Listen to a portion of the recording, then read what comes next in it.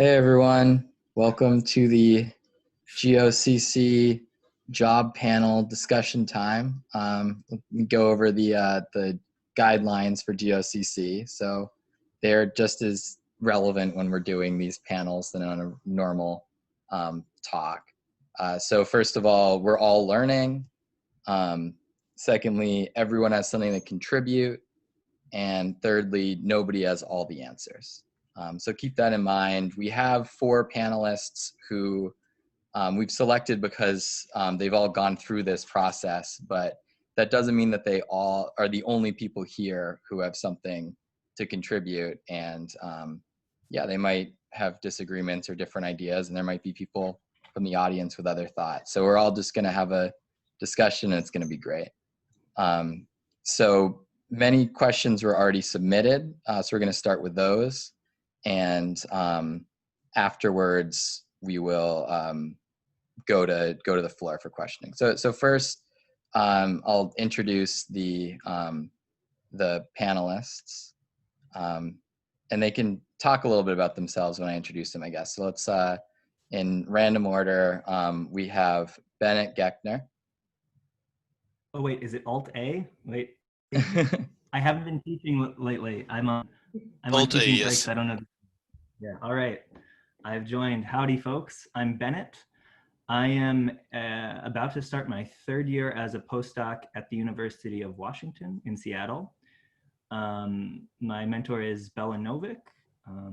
What else should I introduce myself with? Maybe that's good for now? That's probably good. I mean, we'll learn more about you throughout this thing. Fantastic. Thanks, Bennett. Then we have Chris Ur. Well, hello. Some familiar faces, some new. So I just finished my PhD at Berkeley under David Eisenbud, and I'm about to start, or I guess I just started my postdoc as an NSF fellow at Stanford University. Cool. And Sunita Shapuri. Hi, I'm Sunita. I just finished in the spring my PhD at the University of Minnesota. My advisor is Pasha Piliavsky, and now I'm at the University of Michigan. I have a up to 3-year postdoc there with David Spire, and then I also am going to be on leave in the spring, and I'm doing the semester at ICERM on combinatorial algebraic geometry, something like that. Those words together. I'll see you there. Cool. And last but not least, Julie Vega. Hi, I'm Julie Vega, and I graduated in the spring, and so now this is my 1st year as an assistant professor at Kennesaw State University, which is in the process of a transition. So they just became R2, so we're sort of growing as a department. Great. So I mean, I don't know how this normally works. Let's give the panel a round of applause right at the start. Just at the beginning. They introduce themselves, give our little reaction things, and I'll get right into the start of the questions. Well, Alex, before you start, I just want to say that all of the people that are featured have US-based jobs, and there are definitely opportunities to go outside of the US. And so hopefully some of their advice will be useful for those that have the option to apply outside of the US. Yeah, that's a good point. And I imagine that some of the people in the panel have at least applied to jobs outside of the US also, even if they didn't end up choosing one. So maybe that'll be useful as well. So let's get right in the first question. Did it help to know someone personally at the school where you got a job? Did someone specific advocate for you? Maybe I'll go first unless someone else wants to. The answer for me is yes, like 100%, I think so. Again, yeah, and I should say, full disclaimer, right? Everything I say is filtered through personal experience. It could be way off base. It could be that all 4 of us are way off base. It could be that, but just, yeah, do listen to everybody and follow what makes sense. But for me, yes. I think in my experience, I think it's very, very hard to get specifically a postdoc position, like a research visiting position if you aren't at least somewhat familiar with someone there. It doesn't necessarily mean that like you need to be like best of friends with them. You don't need to like rely on nepotism necessarily, but you do need somebody, I think, when it comes time to them making postdoc hiring decisions, there needs to be somebody in that room that is very familiar with your work and will advocate for you on the hiring decision. I can't speak to what it's like in different things. I think especially for tenure track jobs, it doesn't work the same, but I really do think for postdocs, it's exceptionally rare for you to get a job at a school where you have like no connections. And that doesn't mean that like you're like personally good friends with them. It means that they're aware of your work, you're aware of them. Maybe you've, in my case, I'd emailed my mentor several years before, back and forth a bit on a research project I was working on. I'd met her at conferences, you know, that sort of thing. That was kind of the extent of our knowing each other. But that certainly, I think for me, was a huge deciding factor. Yeah, I mean, it's hard to say like how much of a factor it is. I can just say that like, so I'm, as I said, at the University of Michigan. My postdoc mentor was someone that I knew before. We hadn't like done research together, but like I'd met him many times at conferences and whatnot. And two of my letter writers were affiliated with the University of Michigan. Neither of them were my now postdoc mentor, but I had Sergey Fomin and Thomas Lamb write letters for me, and they're both affiliated with the University of Michigan. And similarly, for the ICERM postdoc, I think Thomas Lamb and Lauren Williams were both like on the organizing committee. And as I said, Thomas wrote one of my letters and I applied for the NSF with Lauren. So like, I can't necessarily say that I wouldn't have gotten these jobs if I didn't know the people, but it seems based on what jobs I got and what jobs I didn't get, it seems like knowing people is a big plus. Yeah, I would say for my position, I didn't realize that I had connections when I applied, but the person that was the head of the hiring committee was good friends with one of my letter writers. And that letter writer told me that they typically write like so-so letters and that they wrote like an exceptional letter for me. And so then he would like, they sort of talked about how they talked about me. And so I think that did have an effect. I don't think it was the main reason though. I think it was part of the reason. Yeah, so I agree with almost all the statements that just came before. One piece of advice that I got, I guess, a few years back, like when you're trying to get in contact with these people, the advice I got was even more so than trying to tell them about your work, it's good to actually read about what they've been doing and see how it connects to what you're doing right now. And if you can make some kind of connection there and show them that you are kind of actually looking at their work too, that's very helpful. And I think that advice has worked very well in my case. All right, well, thanks everyone. And we also have a conversation going on about, from Darius giving a suggestion to make sure that you get reference letters in on time. Especially, I think he's saying for French jobs, if it's even a little bit late, it might mess stuff up. I don't know if you want to add something to that, Dari, but I think it's a good general advice. I actually don't know how important it is in the US. I'm curious, is it? What happens if a reference writer just doesn't write the letter? I don't know. Someone can try it and find out. It's hard for us to know because we haven't been on hiring committees, but I don't think it's good. I think it's rare for that to happen because for me at least, most of the jobs that I applied to were on math jobs and my letters were just uploaded on math jobs. And so like I knew that they were on time. I did apply to some jobs, and these were mostly jobs that were like not in the US, where like the letter writers had to send their letters in by email or by something else. But I guess I just don't know if those were on time or not. I do think that there's a bit of, maybe specifically for letters getting in, I think often if they're a bit after the deadline, it might not completely disqualify you. For things like the NSF, I do think that's a hard deadline that they have to be in. Thanks. Well, let's get back to our regular scheduled questions. Next up, how did you deal with the stress of waiting to hear back from schools? Maybe I can start because I'll be quick. I didn't deal with it well. It's terrible and I don't know what to do. But the one thing I will say that's positive, or at least it's universal, right? We are all in this and all feeling very, very stressed. So be aware that you're not alone. People at your university, everyone here, we're all in it together. Email each other, talk to each other. That's the best I can say.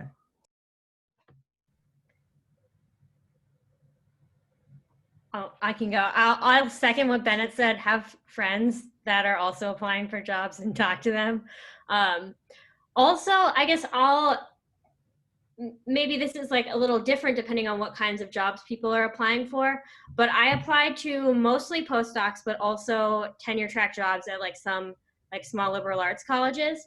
And so I was still applying for jobs when I started hearing back about like first round interviews for the liberal arts colleges, and a couple postdocs did interviews also. So like there wasn't much of a waiting period for me, I guess, because I was still stressed about the applications when I started hearing things back. So it is really long though. Like, right, if you have like I think I like started working on my application materials in May, and I didn't like finalize what I was going to be doing until like the end of February. So that is like a very long time. Yeah, I would kind of agree with that, you know, for me, I was still applying when I started hearing back, and even when I was going on interviews, and even when I was, you know, got some offers, it's like I was always applying. And so there wasn't really a lot of time where I thought about how long I was waiting. That being said, one thing that really took away a lot of the stress of the entire process, so like having a phone interview and then saying that was the worst phone interview ever, was actually having a job buddy. So I chose somebody in my department who was my job buddy, and then the only rule was we didn't mention names of schools, even if you could sort of like reason that they're probably interviewing for the same position you're interviewing in based on what they're saying. We never said names of schools, but we shared all of our feelings. So like if it was really horrible, or we were really excited about it, or we're moving on to the next round, like we shared all of those feelings. And so it was a lot easier to overcome some of like the stressful isolation feelings. And then one thing that I wanted to mention, which I thought was a really good thing to do, which I didn't do and I was sad about, is when you hear from places, they'll typically say something like, you know, thanks for your application. We'll get back to you in 3 weeks, right? And then you don't do anything with that information. All you do is write back and say, oh, you know, great, I'm so happy you got it, I'm excited, right? Like, and then it just sort of floats away, and then you don't remember how many weeks have passed. And so something that I would have liked to have done is in my calendar or my agenda, actually go 3 weeks from the time I got that email and make a note to myself, you should be hearing back from this school. And then if I really cared about that school, then send a follow-up email on that day, or maybe the day after, and say, hey, it's been 3 weeks, and now I'm looking forward to hearing from you. How is the process going? So then you're showing that you actually care about that school, rather than just letting it float away and then nothing really happens with it. Yeah, I didn't do anything special.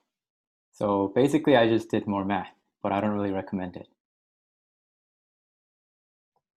Okay, I'm going to go slightly out of order because I think that we got into this a little bit now, which is when will we hear back about the result of job applications? Will the result be sent to all the applicants? Is it okay to just I'll just keep going in the same order unless the answer is a lot of jobs you will probably never hear back from. For postdocs, you will not hear back about a postdoc until the NSF has sent out their thing in like late January. I think so late January, NSF decisions come down, and then at that point, postdocs start to fly out.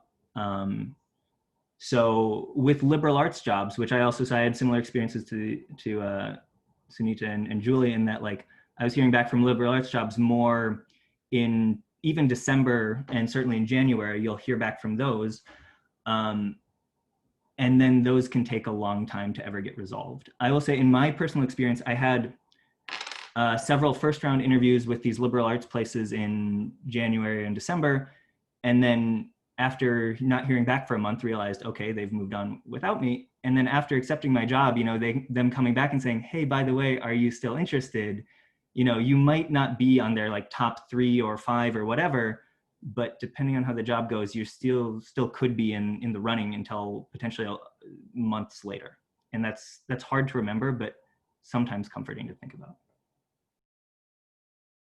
Yeah, so for liberal arts jobs, a lot of them like to interview at JMM.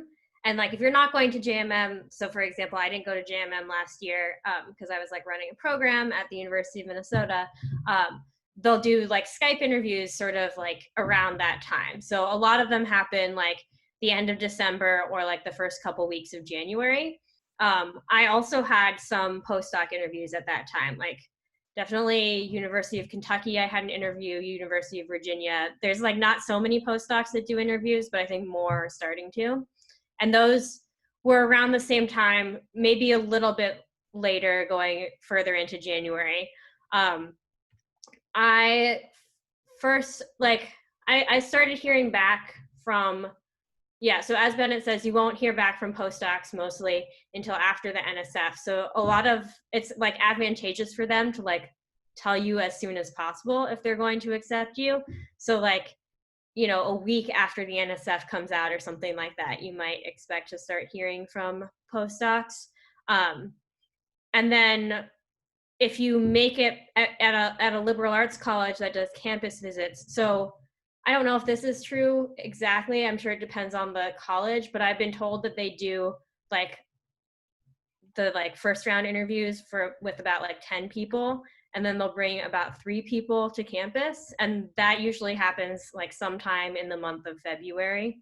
And then negotiation process and whatnot, you might not find out until like beginning mid-March, something like that.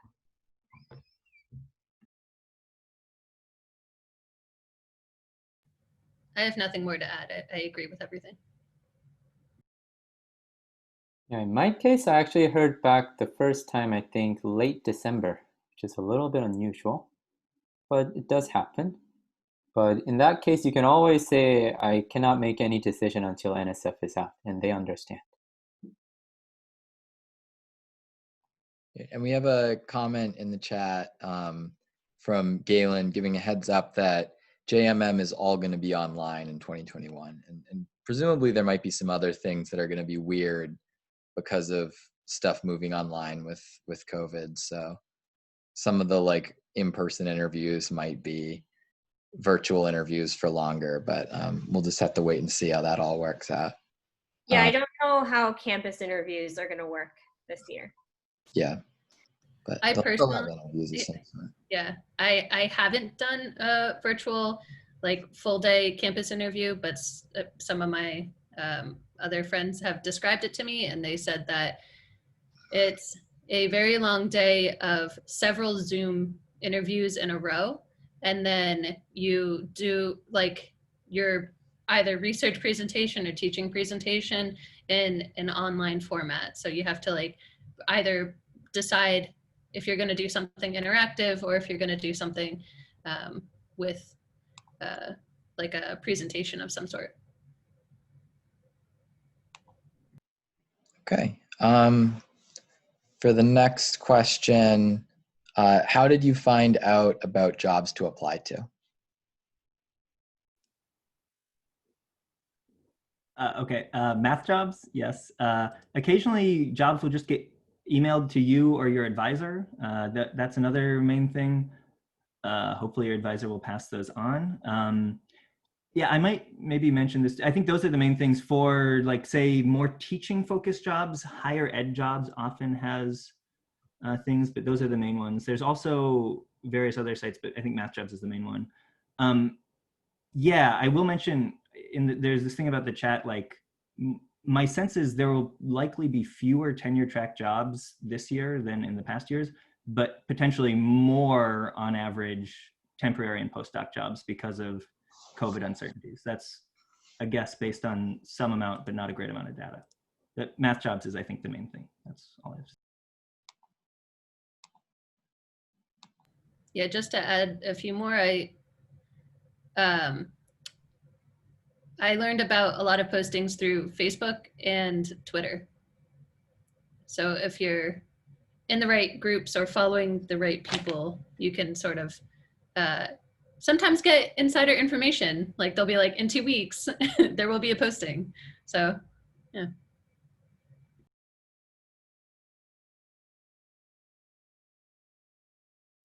Are these jobs nothing to add? Okay. These are jobs that generally showed up on either higher ed jobs or Math Jobs eventually, just you got a bit of warning?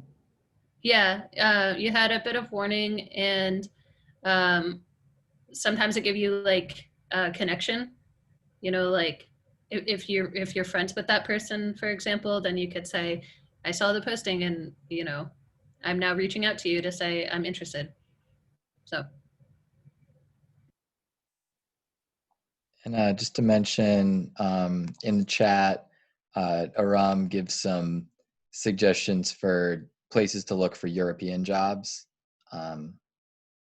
Maybe that would be something that we can put in writing in the document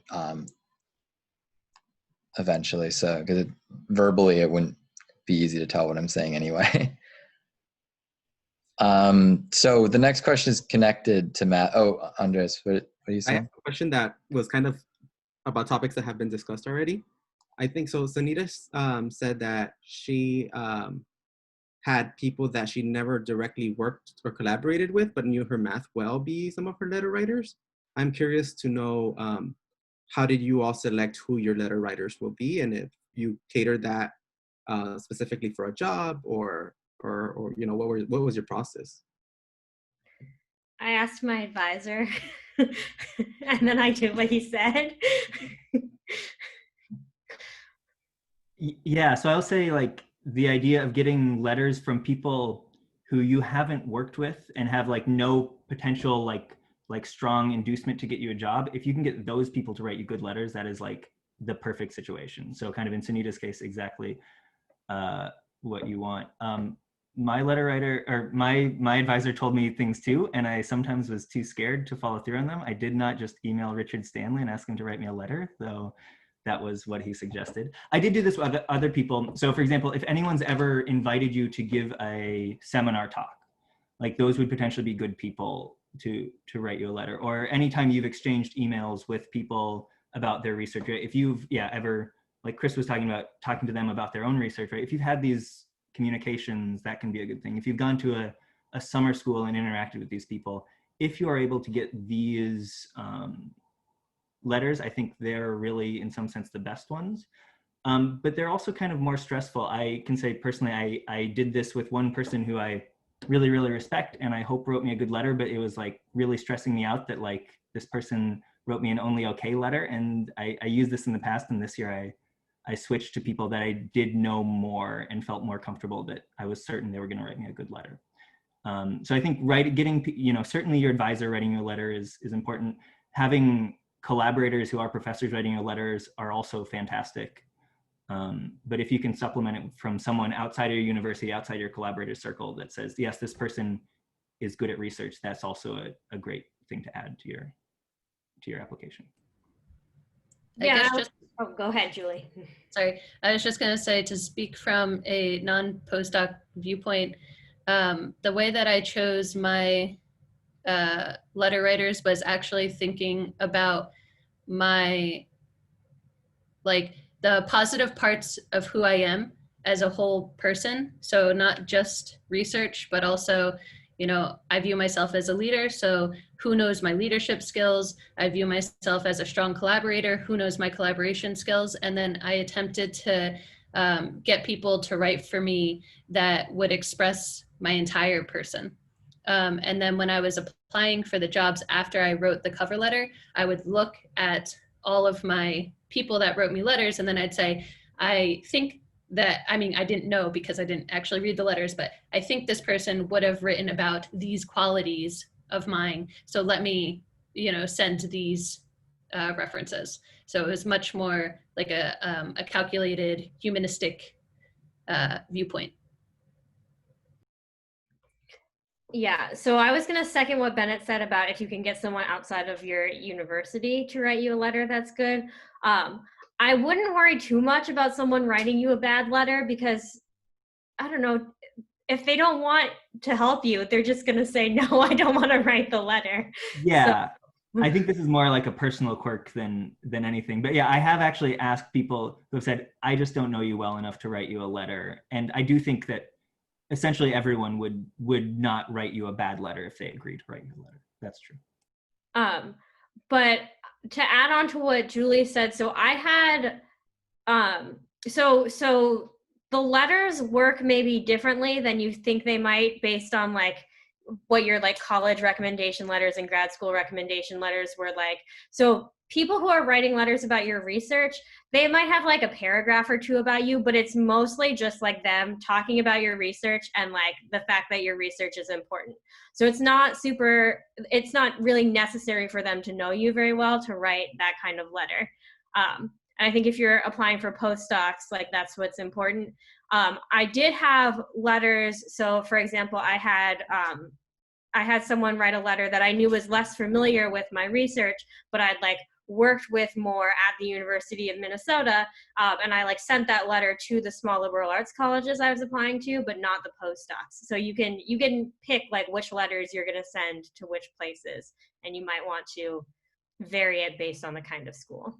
I guess a follow-up question, you know, some of these places on math jobs say like, you know, submit 3 letters and then you just submit the 3 letters, right? But then there's some with like vague language that says like at least 3 letters or 3 or more letters. And so if you've asked, you know, 5 people to write you letters and you pick and choose from them, but if they have this language, do you recommend sending all the 5 letters, or should you just send, you know, the 3, even though it said 3 or more?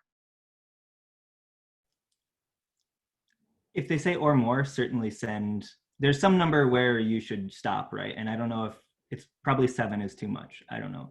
I've submitted 5 or 6 to some jobs. Some jobs will just actually not let you submit more than 3, in which case you have to make a decision. It's like Sunita's saying, you kind of pick the ones that are best.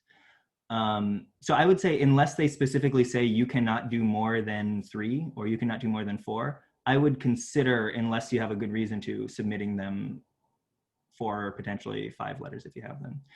Also, I was lucky in that a couple of my letter writers, I think this is uncommon, but a couple of my letter writers actually, they talked to me about how I both wanted to apply to liberal arts and postdoc jobs, and they wrote me different letters based on that.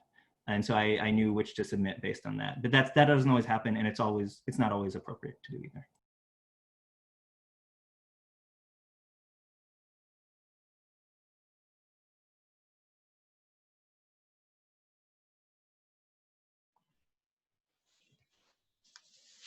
We can go to the next question. There's a little bit of comments in the chat about just like if people are bad letter writers, or if there's different letter writing philosophies in different areas. I don't know if anybody wants to like comment on any thought. Did you put any thought maybe into like getting a person who you thought would be good at writing a letter, or is that something that you think is? So I'll say yes, I did. And in particular, I worried about this maybe more with liberal arts jobs than postdoc jobs, because like postdoc jobs, generally like the people who will read your letter at some point probably are at least somewhat familiar with some of these researchers, right? If you're applying to a place, they probably have combinatorialists there. They're probably aware of your letter writers. So they will hopefully have a good sense of what your letter writer style is in general. I think Julie mentioned this, like about how they knew that somebody generally wrote letters like this, and Julie's was like better. So that was great. But for liberal arts jobs, they won't know who the big names in combinatorics are. So if you're worried that this person maybe has a reputation for underselling people in letters, which some people do have reputations for that, you should maybe not consider using them for liberal arts jobs, even if they'd be fantastic for postdoc jobs. And this is really hard to know. I've never seen any letters, but I do know that some people have various just distinct styles, and I think it'd be fine for research jobs, but potentially something to consider for smaller schools. Where do you get this gossip from? I stress out way too much about this stuff. I'm the worst person to have on this panel. I'm sorry, guys. Everyone else needs to, whatever I say, right, just dial back the stress and negativity and anxiety a bit, and that's the spot that you're aiming for. No, it's really, really helpful. As someone who is also a total stress ball, it's very nice and helpful to sort of normalize these feelings of sheer panic.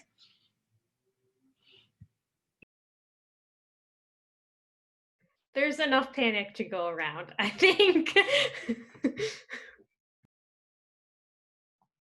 All right, so I think it would make sense at this point, maybe we reverse the order of people for a bit, just to mix it up, because I feel like people are getting, saying all the stuff people want to say at the beginning. Next up is a question that I submitted a very similar question and then realized it was already submitted. So this is something that's definitely something I think is an important question is, do you have any tips on how to use features within math jobs to stay organized and find new posts? And also just how do you work around that interface? Because it seems kind of annoying.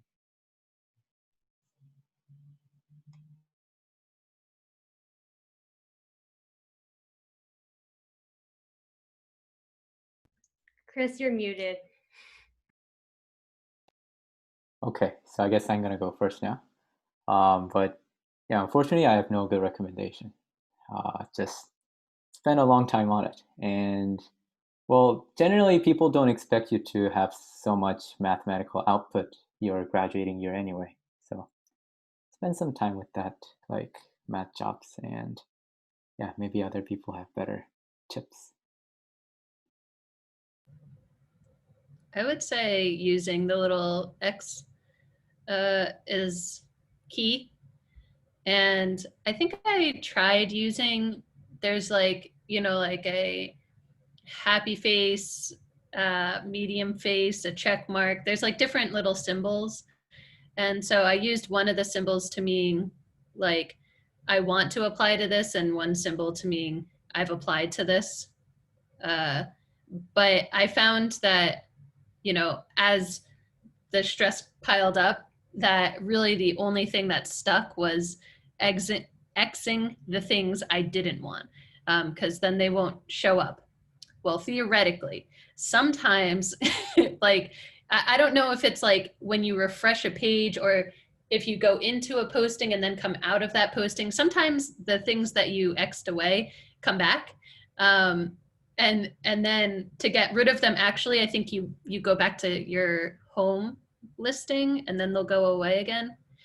And then there's also a notes feature, which maybe you want to use. I didn't find it to be too useful. The one thing that I would say that I didn't understand until I started using it is how the references work. So you actually, the references and the cover letters and whatnot, you upload copies every time you make a new one. And then when you apply, you actually choose the ones that you want. And so I didn't realize that you could upload more than one until I started going. And so that's something that you should keep in mind, that having a good naming scheme before you start is good. So rather than just writing cover letter, maybe you want to write cover letter, University of blah, because they don't see what you've called it. They just see cover letter document or whatever Math Jobs titles it. So you could name it the stupid school that I decided to apply to, but now I've wasted my time, and they wouldn't see that. So like think about like what your naming scheme is and be organized before you get going. So I made a big Excel document or Google Sheets, whatever, that had like the name of the like institution, the day it was posted, the day it was due, what type of job was it? Was it like small liberal arts college, or was it postdoc, or was it like a teaching focused kind of whatever?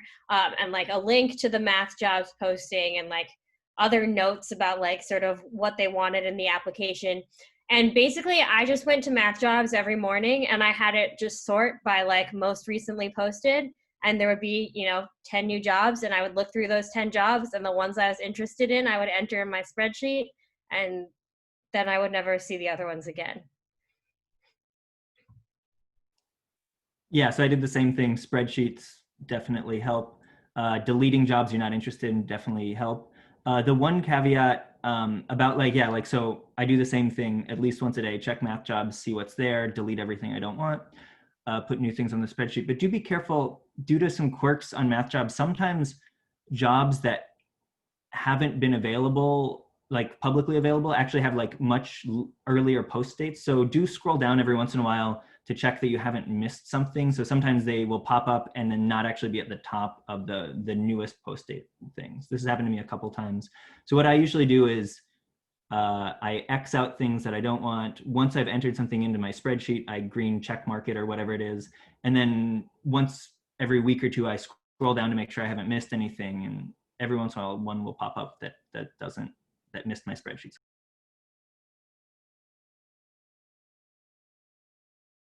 All right, so there's actually a lot of conversations come up in the chat during this time. So I do actually want to invite some of the people who have been giving their own answers and ideas, because I think there's a lot of people here who have thought about this too. If anyone wants to pop in and say something for the video and also just like explain stuff, the floor is now open to everyone.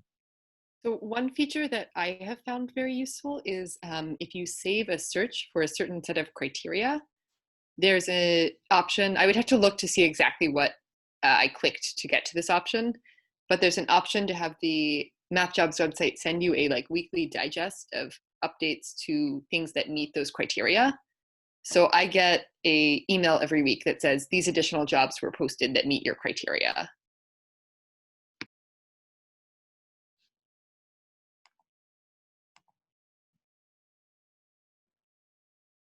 And then who else was saying stuff?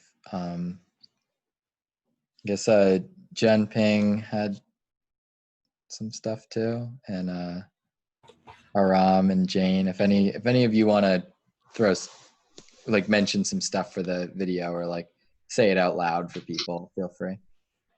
Sure. I'm still applying, so I'm not an expert, and who knows if this is a good tactic, but I think I basically do what Bennett said, essentially. Like, I'll check off jobs I want to apply for, and then I'll leave myself a little note when I like do research about it and kind of compile all of the information that I'm going to put in my cover letter, like potential collaborators and like outreach things that they do and classes that I could teach there. And then I leave a note for myself in the, like, I just leave like a single letter as a note so a smiley face comes up next to it.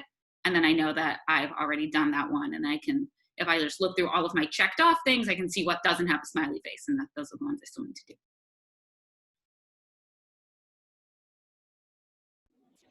Hi, can people hear me? I'm in a very special situation, so I have to wear my face mask.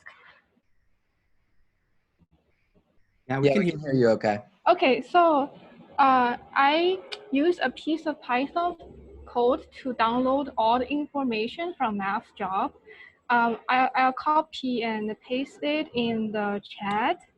So this is a piece of code. The link is where they store all their information in that link. So you can use the Python Panda to to save all the information in Excel. I think if you just like run these lines on your Python, then you will get the information in the mass job total.excel. And then you can use everything you know about Excel, like delete some columns, sort things according to their deadline. So one thing I want to explain here is there's a place. So not every post has a deadline. So that is like I have to clean the data to set the deadline to be 22nd century. But anyways, that you can try it. But okay, that's my. Can I? That's cool. Could I copy and paste this awesome code? I think so, but I think I used Python 3 point something, so I don't know like between different versions, but that's the thing. You can, if you get an error message, you might need to Google it around to see which part you need to adjust. But this worked for me. Cool. That's so awesome. All right, so mine is definitely not as cool as that. Like, so Math Jobs also has like an RSS feed.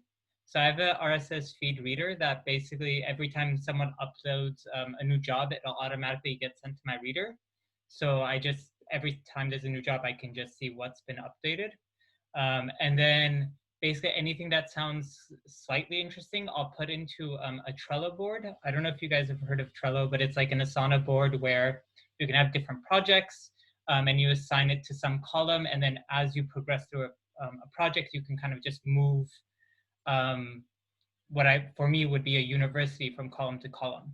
So like I have like different areas. So one would be like need to look up, planning on applying to, in progress of applying, or like have applied, or like stuff like that. And I just have the link to the Math Jobs post. So at any given point, I know when something is due and what the status of that particular application is.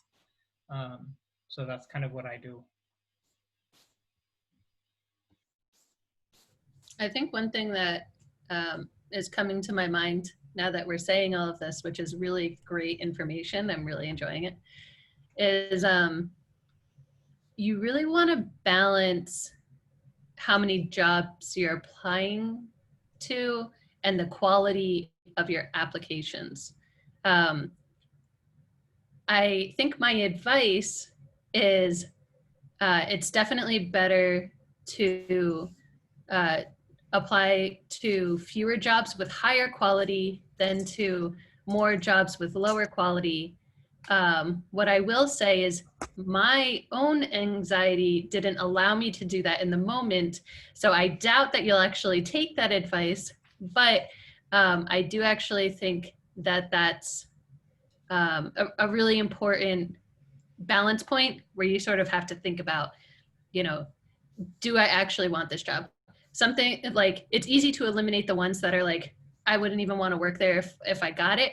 But the ones that are a little bit more difficult is the ones where you say, well, if I didn't get any other job, I would work here. Because then you're like, okay, well, that's like bottom. But like, what if you don't get any jobs? Like that's, so I don't know how to overcome that, but yeah, it's advice to my past self that I still probably wouldn't take as my past self, and I wish I would. I feel exactly the same way. Yes, it's great advice, and I probably wouldn't take it, but you should try. Also, like if there's an institution where you don't know anyone there and your advisor doesn't know anyone there, like you're just not going to get a job there. So it's better to focus your time on the places where you might get a job. Yes, I will say that postdocs are generally like much easier to apply for than say tenure track or teaching jobs. Postdocs, you basically, you make sure the cover letter says like the right name of the school and you list some people that you would work with. But like you want to tailor your application materials much more to say a liberal arts college, and a research postdoc is maybe not very much time to actually apply for. But yes, Sunita, you're right. I mean, like you're not going to realistically get a job. I do know once in a while people get it, but it's not going to happen if you don't know anyone and your advisor doesn't know anyone. I would say that that's probably more true for like research heavy position. Yes. So if it's more teaching focused, I don't think that that's true. So Yeah. Yeah, Specifically for sorry. research That was postdocs. about research postdocs. So there's in the chat, George mentioned something. Do you want to say this, George, or? I mean, sure, yeah. It's really easy for certain letter writers to write either ineffective letters or include certain biases, depending on circumstances. And so we were told, so at UNL, we have a job search seminar, and we were shared these documents that you could forward to your letter writers and just say, hey, and I also found these useful resources if you want to look at them. It's kind of like really, I would feel awkward doing it, but I think it's a valuable thing and a valuable resource to share with people. So. Yeah, great, thanks. And Galen, do you mind adding those to the document somewhere? It is already added. Awesome. And let's get, so we've got about 8 minutes left. I want to definitely get this question 7 that seems like it's very specific, but it could matter to a few different people. Somebody asks, is it remotely possible to get any sort of tenure track job without going through a postdoc first? And they also are wondering if it's feasible to move only once after grad school. So they don't want to keep moving around. So does anyone have anything to say about that? the answer is yes. You can absolutely get a tenure track job without getting a postdoc. What I will say is that it's absolutely true for my situation. I did not have a postdoc. And the way that I kind of beat the system, which I don't know if it's going to be like maybe a little bit too late for some of you, but I guess maybe a year and a half out from graduating, I started talking with a lot of postdocs and asking them, what do you learn when you're in a postdoc? Like, what do you think is important about being a postdoc, and what do you actually learn there? And then I did my best to give myself those experiences as a graduate student.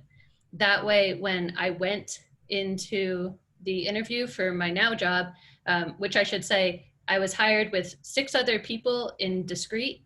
All of the other 6 people have had a postdoc or a visiting position. So I am the only person that doesn't have that experience.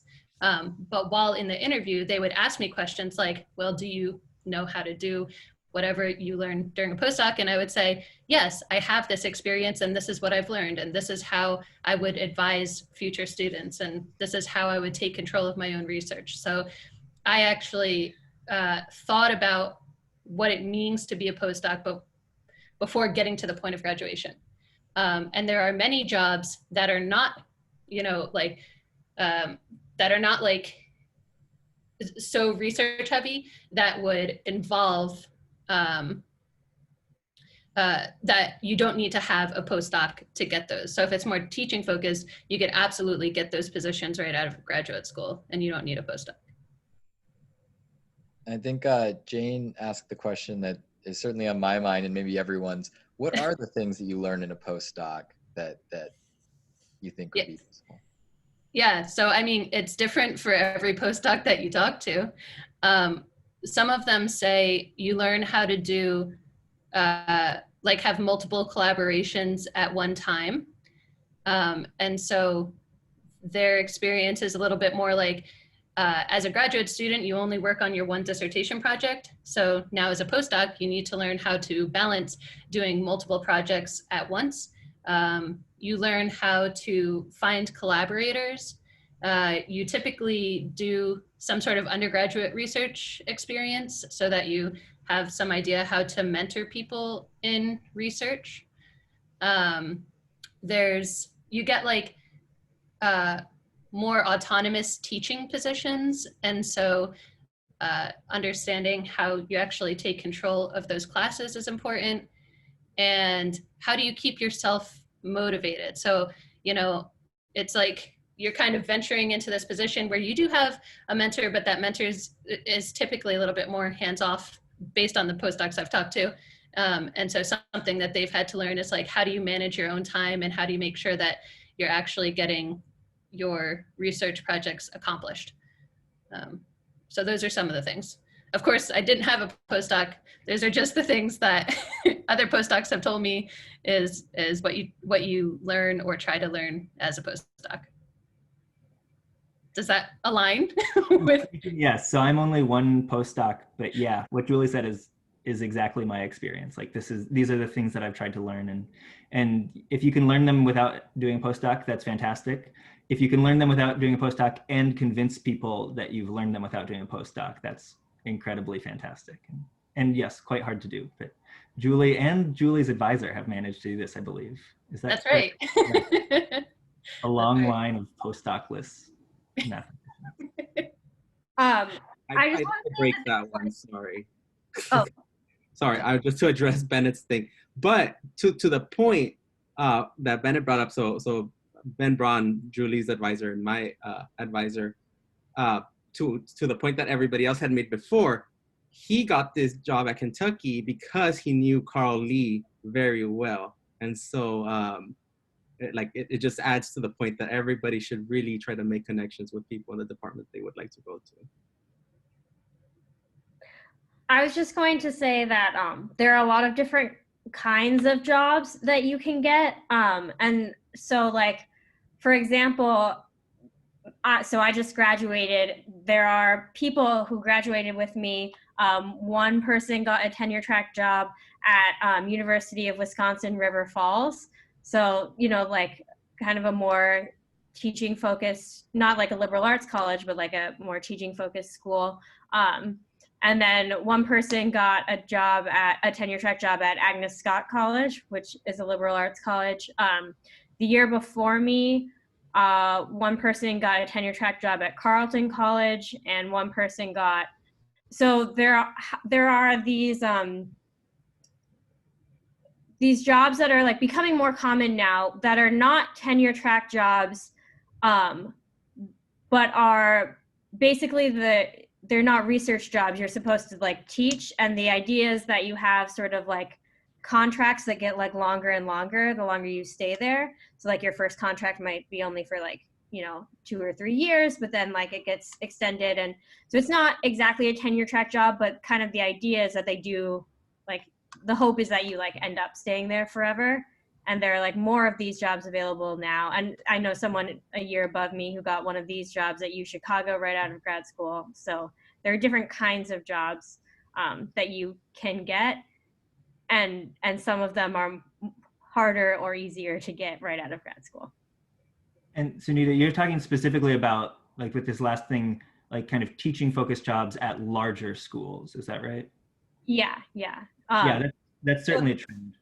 Yeah, so my friend who has it is at UChicago, but I know someone last year who had an interview for one of these at like Wake Forest. So a bunch of places have these.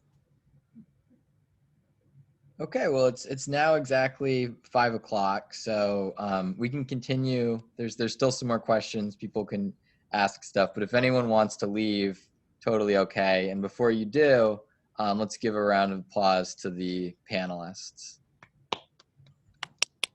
and use those reactions. I muted myself. But yeah, this has been great, and I think it's super helpful for me, and I feel like probably and hopefully for other people as well. We get to next up, the one I just skipped, but probably the most hopeful question on here is how many schools should one apply to for the how many schools should one apply for the postdoc to guarantee an offer? Smiley face.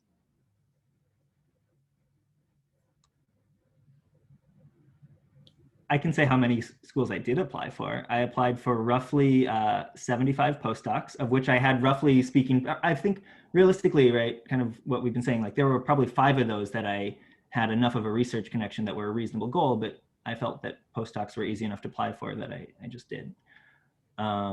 So that gave me 2 postdoc offers, one research and one teaching sort of postdoc. And then I also applied to about 75 like teaching liberal arts jobs, which got me about 15 first round interviews that petered out until after I accepted this job. So more than that is probably all of the jobs, right? But I mean, yeah, there's some point where, like I think Julie was saying, right, the quality of your applications really matter too. So you want to try to balance that. I was in the position that I basically felt like my whole kind of a huge chunk of my fall quarter, my last year of grad school, I spent on this. This was like kind of my main thing. I scaled back research. I was teaching. Oh no, I was teaching. I certainly cared about teaching still too, but like this became like a huge focus for me. And to answer the question, did I customize all of my 150 applications? The postdoc ones, I went in and, you know, I changed who I'd be working with and things like that. But the postdoc ones, I really didn't feel like needed a whole lot of customization ones. The other ones I tried to customize as much as possible. Certainly I wrote different cover letters for each, though looking back on them, they seem more generic than I thought they were at the time. Certainly with 75 jobs like this, it's hard to customize each one. Someone gave me advice the year that I first applied, which is basically she would just check math jobs every day. And when it would pop up, instead of putting it in the spreadsheet like we did, she would just like sit down for like however long it took her, maybe half hour or something like that, just write a cover letter to that specific place, once her application materials were together, and just send it off right then. And so she was just doing this a bit every day. And I don't think that would work for me, but it worked for her. She also graduated from Princeton, so I think that also worked for her. I don't know the answer to this question, but I can say how many I applied to. So I applied to, basically I was applying to like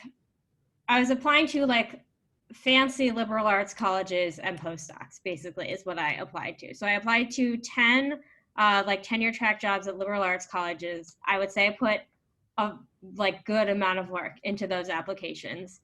I got 3 first round interviews and 1 campus visit. So I feel like, I don't know, must have been okay. And then I applied to 81 postdocs.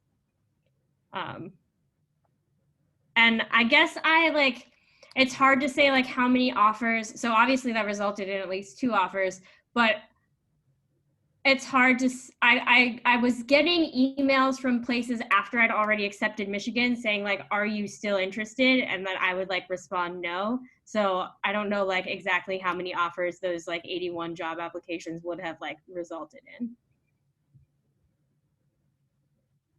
Yeah, I would say my number, sorry, go ahead. I would say like the number that I applied to was about the same, like maybe mid 80s. And yeah, kind of like Bennett, like I did take the time to look at the website, but what I learned is that the jobs that interested me all had a similar structure in terms of their department. And so then even though I was, you know, attempting to tailor the cover letters and, you know, I was switching out the names of like the programs, maybe they were a little bit more generic than I anticipated, and I spent the time to actually, you know, put it together. And I had a lot of like first round interviews, but I should say that my memory is a little bit foggy because in the process of applying for higher ed, I was also applying for secondary schools. And so I really had a lot of small, like 10 to 15 to 20 minute interviews of tell me your spiel. And so, so my memory is a little bit foggy with like how much exactly, but you have to be really good and organized, because like when you do the short interviews, like potentially you're doing 4 a day, and then on top of that you're still applying to other places, so you just need to make sure that you're that you're looking at that. And so I see in the chat, did you customize only the cover letters or also the research and teaching statements? So mostly the cover letters, the research statements, some places ask you for like a specific number of pages, which is really frustrating. So like one place I applied to was like, we want a 1-page research statement. And I was like, okay, great. Now I got to figure out how to do that. So there were some like research statements that were different lengths. And then the teaching statements, for the most part, I think maybe I had 2. One that was a little bit more tailored towards like liberal arts, and then one that was a little bit less specific, I guess. But even so, if it's a more research-based place, they're probably not reading it anyway. So it was probably, you know, lost work on my side. So I approached this rather differently. So yeah, this may not be of any help. For me, my thought process was, so I basically applied to, I think, 12 places. And my thought was either I get those departments that I really want, or I'm going to go to industry. And thankfully things worked out. But I really made sure that for those places that I applied to, there is at least 1, if not 2, who are aware of my research. And I have also maybe not convinced, but at least kind of implied that I'll be of use to their research as well. So very different kind of approach. And my thinking was, well, if nothing happens, I'll try to get a job in the next 6 months. Worst case, I'll beg my advisor for 1 more year and then get a job. But probably not in math. Thankfully, in my case, it worked out. And I don't know if I want to recommend this or not recommend this, but it's one case scenario.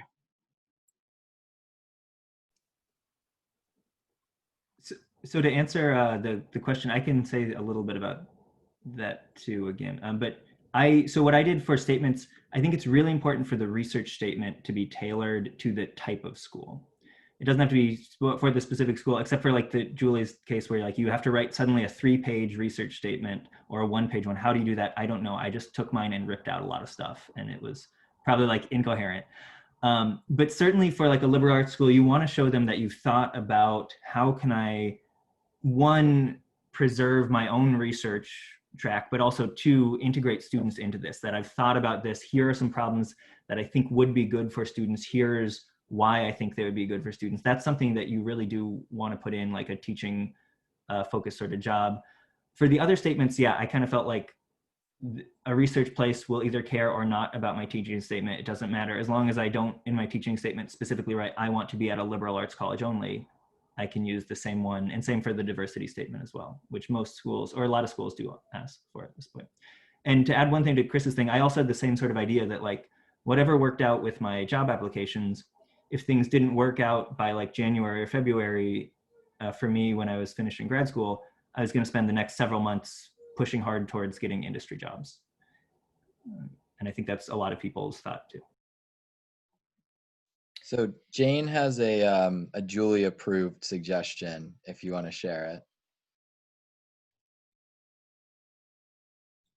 Sure. When I'm writing my cover letter, like I'm applying to some places that are more like statistics-y and some places that are combinatorics and some that are algebra. So I just have like little 1 to 2 sentence blurbs about each of my research projects. And then I choose like 2 or 3 of them for the cover letter that I think would be like the most applicable to the people at that institution. Yeah, I think it's a great idea to have like little modules of like, hey, I'm just gonna like toss this thing in. I wanna make sure I hit like these 3 bullet points that depending on the job. Just speaking to customization. So I had, I think I had a 2-page research statement, a 3-page research statement, a 5-page research statement, something like that, because different places ask for different lengths. And usually the shorter ones were like for liberal arts colleges. They would ask for the shorter ones. My teaching statement, I had one that I sent to basically all the postdocs. I changed it for every one of the liberal arts colleges that I applied to, but I only changed like the last paragraph. so it wasn't like that bad. And then, yeah, for sure, if there is a diversity statement, that was unique to that school.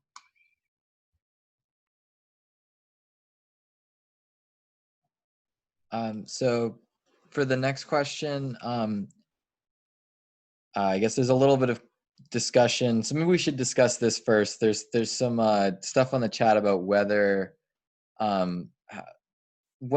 here's a general question that will get at a lot of this. What do you put in a cover letter exactly?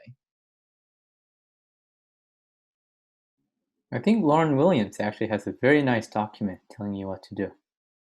And people seem to follow that. I don't exactly remember, but I know that that's the place I would go to again if I'm applying. Cool, that's great advice. And it looks like Mario has added it to the chat. I will also, if nobody minds, add it to the Google Doc. Perfect. All right, so I just pulled up my template cover letter. So for a postdoc, my first paragraph was just like, this is who I am, I want this job. My second paragraph was like about research. My third paragraph was about teaching. And my fourth paragraph was like, I have attached these documents. Let me know if there's anything else you want. It's like pretty short. My liberal arts cover letter was like a lot longer, and like has less structure, I guess. I still have like a paragraph about research. I have like stuff about like how my research will flourish at that particular school, stuff about undergrad research, more things about teaching, more things about diversity. So it's like less formulaic, I guess. Oh, to answer Aram's question, my liberal arts cover letter was 2 pages, and I tried really hard to keep it to 2 pages, even as I was like changing things. My postdoc cover letter was like 2/3 of a page, maybe.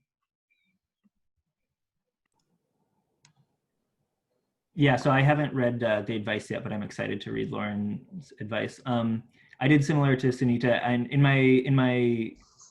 the research ones are much more formulaic. The postdoc or the liberal arts ones, I kind of tried to keep the vague sort of organization, like okay, yeah, introducing myself at the very end, kind of talking about what's in my thing, but then kind of the 2 main things I want to focus on is like why I want to be at your school, and like, you know, a big chunk about why I want to do that, and also why you want me to be at your school. These are the reasons that I'm good for your job. And then it does break down into like teaching there. I was really scared to write more than 1 page cover letter, but maybe now I'm going to try it. Maybe I'll go up to somewhere between 1 and 2.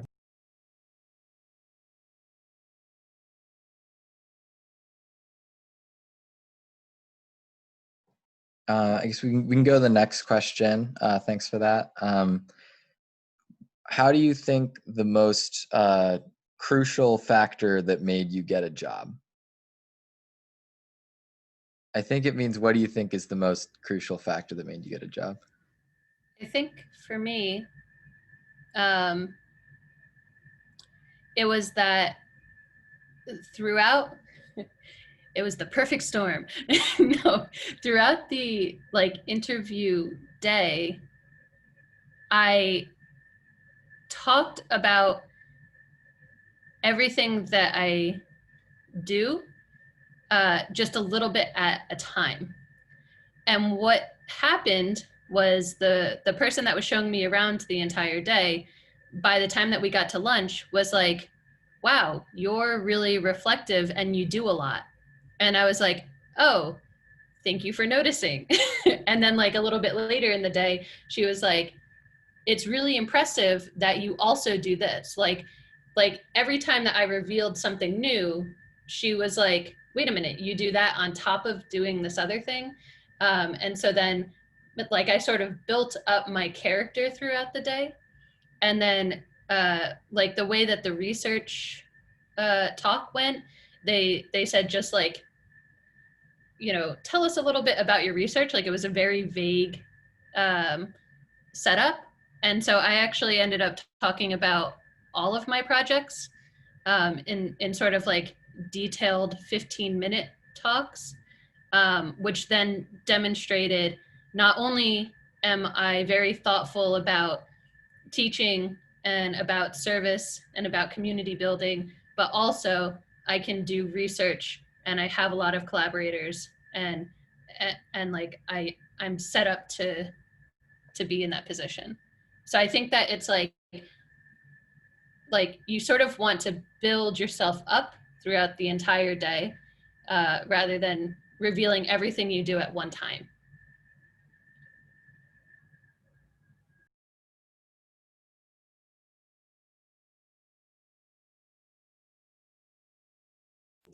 Are the other panelists here? Yeah, so I mean, I think this goes back.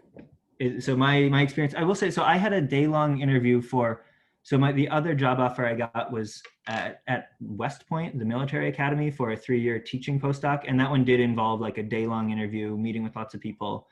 I didn't do things as well as Julie described them, but it did work out for me. I don't know. I mean, I can talk more about that, but I think for the job that I did pick, I really think for the research postdoc, it came down to, there was a person at the school that I applied to who was a really, really great research fit, who was aware of me, and it was their turn to hire a postdoc, right? I mean, I talked to other people who said, oh, I would love to have you be a postdoc, but we just hired this other person's student like last year or the year before, and our group doesn't get to hire in combinatorics for a couple of years and things like that. Like, there's so much luck that trickles down and all this stuff. Yeah, I'll second what Bennett said. Since I have a research postdoc, I think the most important thing was my research and like networking, and therefore like knowing people who knew that I would be a good research fit there. I think you, even for a research postdoc though, I think you shouldn't count out teaching. So like part of my postdoc is funded through the Center for Inquiry-Based Learning at the University of Michigan. So I also think like my teaching helped me out. So I know that people say like your teaching statement doesn't matter if you're applying for postdocs, but it still can help. Yeah, so in my case, I only applied to research positions, and I just wrote down 4 factors that I think were important. So research, obviously, the letters, second, meeting people, knowing people is third, and the 4th component is luck. So if you're applying this cycle, about 3 of them are not really in your control anymore. So really the thing at this point, if you're applying this year, that you can control is by meeting people and giving talks, which, depending on how you view it, is easier this year, going and giving talks. And one piece of advice, at least for research positions, when you're going and giving talks that I got that I think really helped me a lot, was when you go and give talks, arrive as an expert and talk as a teacher. So often something, especially young mathematicians tend to do a lot, is they really feel like, I also did too, like feel like I need to show off as much as possible. But really the best way to show off is to be able to digest whatever you did so well that people can understand it and feel like they can benefit by having you there. So that was the advice I got, and I think it worked a lot in my favor. So I think that's one thing that you can probably control if you're applying this cycle. Other factors, well, hopefully they're in your favor already. And luck is something we can never really control. So you can just pray. Chris, didn't you do like, I feel like you did a whirlwind tour and talked at like a lot of places in the fall? That's right. Basically, I started traveling around like, I guess even starting summer. But basically from July to December, I think I was maybe half the time not home. I was giving a lot of talks. So I might ask, so this is something I've been told to people, yeah, oh, you should go give talks. I have never been good at inviting myself places. Is that something that you did, or you just had enough invitations to go around anyway? Because I think being able to invite yourself places is great, and it's a skill that I don't have. Yeah, so thankfully I met quite a few people that summer over FPSAC, so that was a very good opportunity for me. Another one was that I was fortunate to have an advisor that is very well connected, and I could nudge him a little bit, and he'll oftentimes make it happen, thankfully. So hopefully your advisor will be enthusiastic and help you out. I think sometimes if you know like postdocs or something at an institution, it can be less scary to be like, to reach out to a postdoc, you know, and be like, hey, I'm interested in giving a talk at your institution, rather than reaching out to a professor. So that's what I did. Yeah, that's great. And I'll say, yeah, having your advisor reach out on your behalf is quite good. I do think that you can actually reach out on your own behalf. It just feels way more awkward to do. I know like a lot of seminars, they're looking for speakers all the time. So even though it's scary, you might be able to do it. Like the GOCC. I think we're actually full for the fall semester, but we definitely have spots for the spring. And you can start asking the faculty that come to GOCC to speak in their seminars, because the faculty that come to the GOCC are very friendly. Also, if you want to speak in a discrete math seminar at UK, at the University of Kentucky, I'm organizing this seminar, so feel free to reach out. I'm wondering if— I will definitely do that at some point. I wonder if, in the interest of time, we should ask the last question that was pre-listed, and then sort of, we can open it up to other questions, but then like try and wrap up a little bit. Yeah, it sounds good. Yeah, it's just what's the biggest thing you wish you knew a month before the first applications were due? So around this time in the year that you were applying.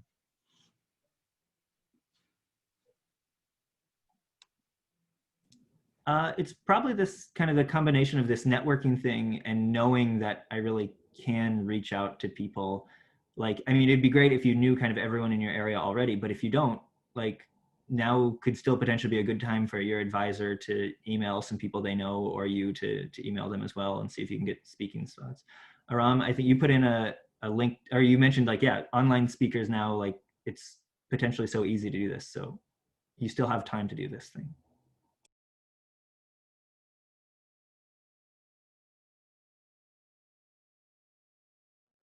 Maybe not as helpful for people applying this year, but yeah, starting early on the application like really helps.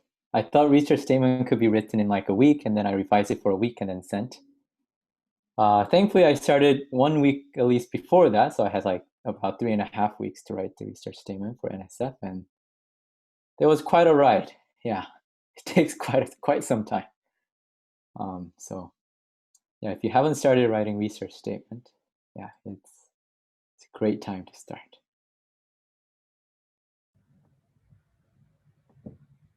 I guess my two biggest pieces of advice are, it's a marathon, not a sprint. Like it, as I said before, it's like a long process. So I don't know, gird yourself for that. And then also just like rely on your peers. I think it would be really hard to like go through this process alone, and it's like really important that you like be talking to other people who are going through it at the same time to, you know, to compare notes or to commiserate or, you know, whatever. Yeah, and I'd say for me, I guess two things. One, recognizing that you could really waste a lot of time applying for jobs that you're not really interested in. So trying to be a little bit more critical about understanding what you want. That's something that I hear a lot from people that go on the job market like multiple times, is that the second or third time around that they're on the market, they understand a lot more like what jobs they actually want. And so I think that you probably can be that reflective, but that's something that you have to do now, you know, really think about where do you want to be and why, and what sort of qualities you have that will make you a good fit for that place. And then the other thing that I really wish I knew was that even though it doesn't feel like it, you will find a job, even if it's not quite the job you want. You will find a job. You know, I had a collaborator who had sort of a rough job market moment, and even though it took a while, they still found a job. So I think that would have calmed my nerves to realize that, like, you know, I don't know all of you. I know a handful of you, but the people I do know, like, I feel confident in saying that you're highly qualified and you're good people and you do good research and you're thoughtful. And so, like, these are all really great qualities that people are looking for in you know, applicants. And it's easy to sort of think to yourself, well, I'm one in like a whole pool, and all of these people I'm certain are better than me in some way, but they're also, you know, not as good as you in other ways. So you have to sort of think about, like, you actually have something really important to put forth, and you should have that confidence of, you know, I'm going to get a job, and the job that I'm going to get is going to be, you know, happy to have me. And so that's that, like, you just have to really believe that you can do it, because you can. I look forward to it.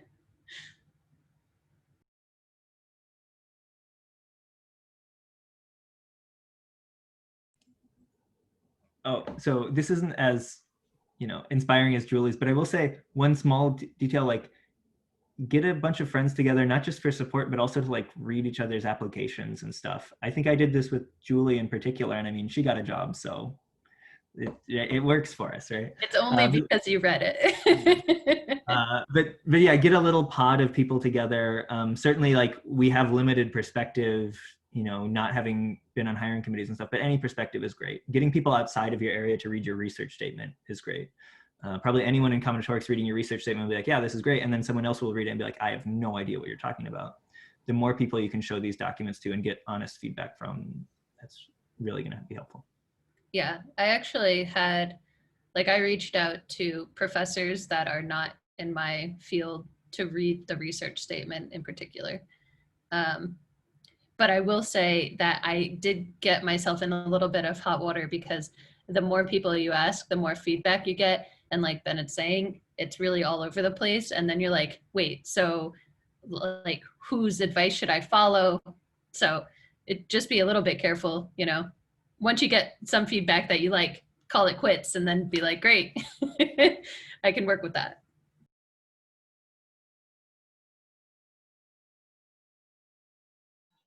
Yeah, so I guess we can open up to any questions anybody has that aren't on the document that will be added to the document. We should also be mindful of the time. I don't know how long we said we were going to go. Yeah, I mean, we're already a half hour over, and anybody at any time can leave. Maybe we'll say, do we want to cap it at like 5:45 or something, or what do we want to say is the end time? Well, are there any questions that anybody yeah wants we to? did ask a lot of questions. Oh, thank you, Chris. Thank you. Let's just quickly thank Chris and all the panelists. Chris. Thanks, Chris. We did ask a lot of questions in the middle, but and I realized that we're now down to 17 people, and a lot of those are involved in the panel. Yeah, well, we got most of the panelists, so they can answer our questions. One thing that's been bugging me, I guess, so I'll ask one question, and then maybe we'll call it quits if that's it, is who is this, like, research statement really for? Because when I'm trying to write it, I don't know, do I need to cover every detail and be as, like, precise as possible so I don't say anything wrong? Am I supposed to be really vague and give an idea? Do I need to have my theorems be precise in their statements, but not necessarily, like, give a good proof? Like, what am I even supposed to do as far as research statement? And is it different between NSF and non-NSF? Don't prove anything. Probably don't even define many things. But so it definitely depends, right? It's great to get, if someone you know is willing to share their successful NSF draft with you, look at it and learn from it. If someone is willing to share their unsuccessful NSF draft for you, which could be, say, for example, me, you can look at that too and get some piece of things. I will say, so research statement, it really depends on the job, but one thing is I think like in terms of postdocs, I think it needs to be kind of like, you think of it as like something to like back up like you need somebody to be like, to have your back already, kind of like your research statement can certainly help, but they need to be able to take this piece of document and say, this is evidence for why we should hire this person. I'm already convinced, but like you people outside of this area looking at it, you can look at this research statement and see that it is good. It's right. It's not like the advice I've heard. It's like, it's not meant to like, I mean, I can give very specific pieces of advice. Maybe I should say that. Like you should highlight your own theorems, make it very clear what your contributions are. This is not the time to be bashful and modest, right? Make it super clear. I have proved these things. Yeah, I would be happy for, if people want to look at statements I've done, like contact me specifically and I'm happy to share some and talk to them. Other things, I don't know, people can jump in, but like there are lots of like specific little things. Pictures are good, right? You definitely want to just like paint a picture. You are not aiming it towards your advisor or let's say, or the person you want to work with necessarily. You're aiming it for the people slightly farther removed from that, the people who are PhD mathematicians who maybe don't know anything about your field at all. I think that's generally, Julie looks like she's maybe not convinced of it. That would be my first thought. No, I'm convinced. I think that because I didn't really apply to a lot of like, research postdocs and research heavy places, that like one thing that I sort of went back and forth on was, where do you put undergraduate research? Because sometimes you think about it as teaching and sometimes you think about it as research. And so I ended up putting it in my research. Like at the very end, I said, here's some ways that undergraduates can get involved. So that's, something. And then absolutely, like you want to tell a story. So in the same sense that, when you're writing a paper, you attempt to tell a story.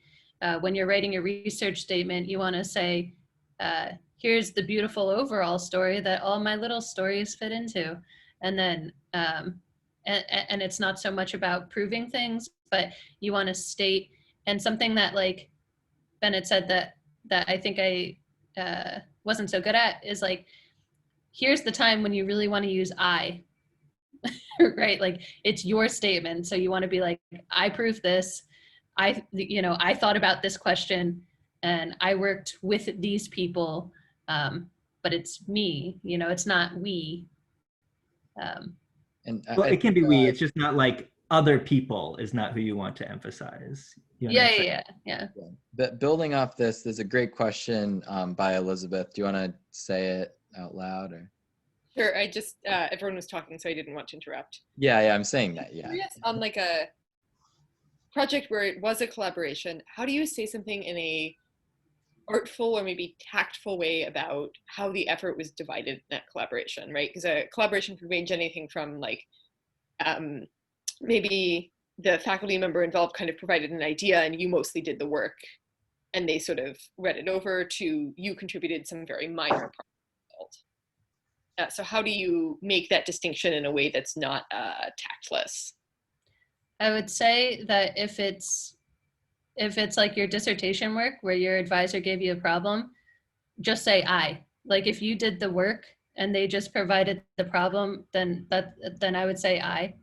And if it's a group project where, it's like you're working pretty evenly with the other people in the group and you're sharing things, then you could say something like, I was instrumental in this part of the project, or, my area of research allowed us to go in this direction with the project. Like, I don't think that there's a way to say it that would be offensive, because, well, I guess because your other collaborators are not reading it. I mean, of course, you're doing right by them. I have collaborators in here. I'm doing right by you collaborators, but it's for the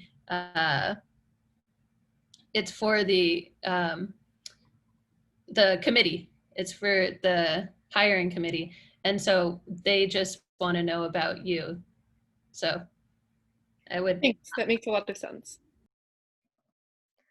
I would say that I didn't address this at all in my research statement. I talked about, okay, so going back a little bit to what Julie said about undergrad research, I actually talked about undergrad research in both my research statement and my teaching statement.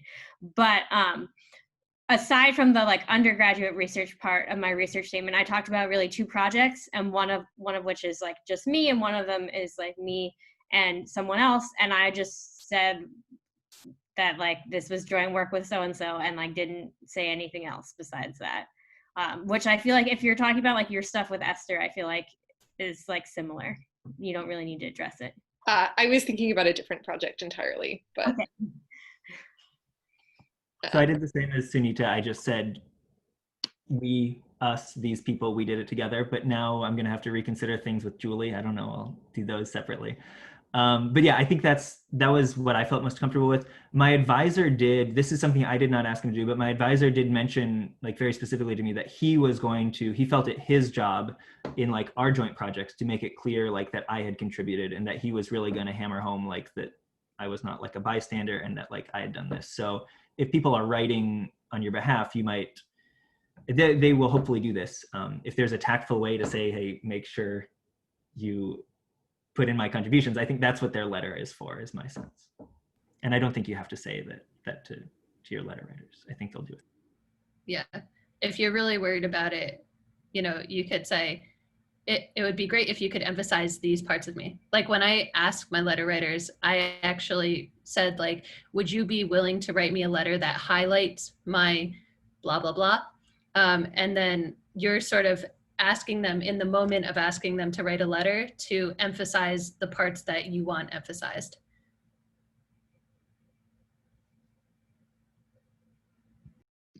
Thanks for all of your thoughts.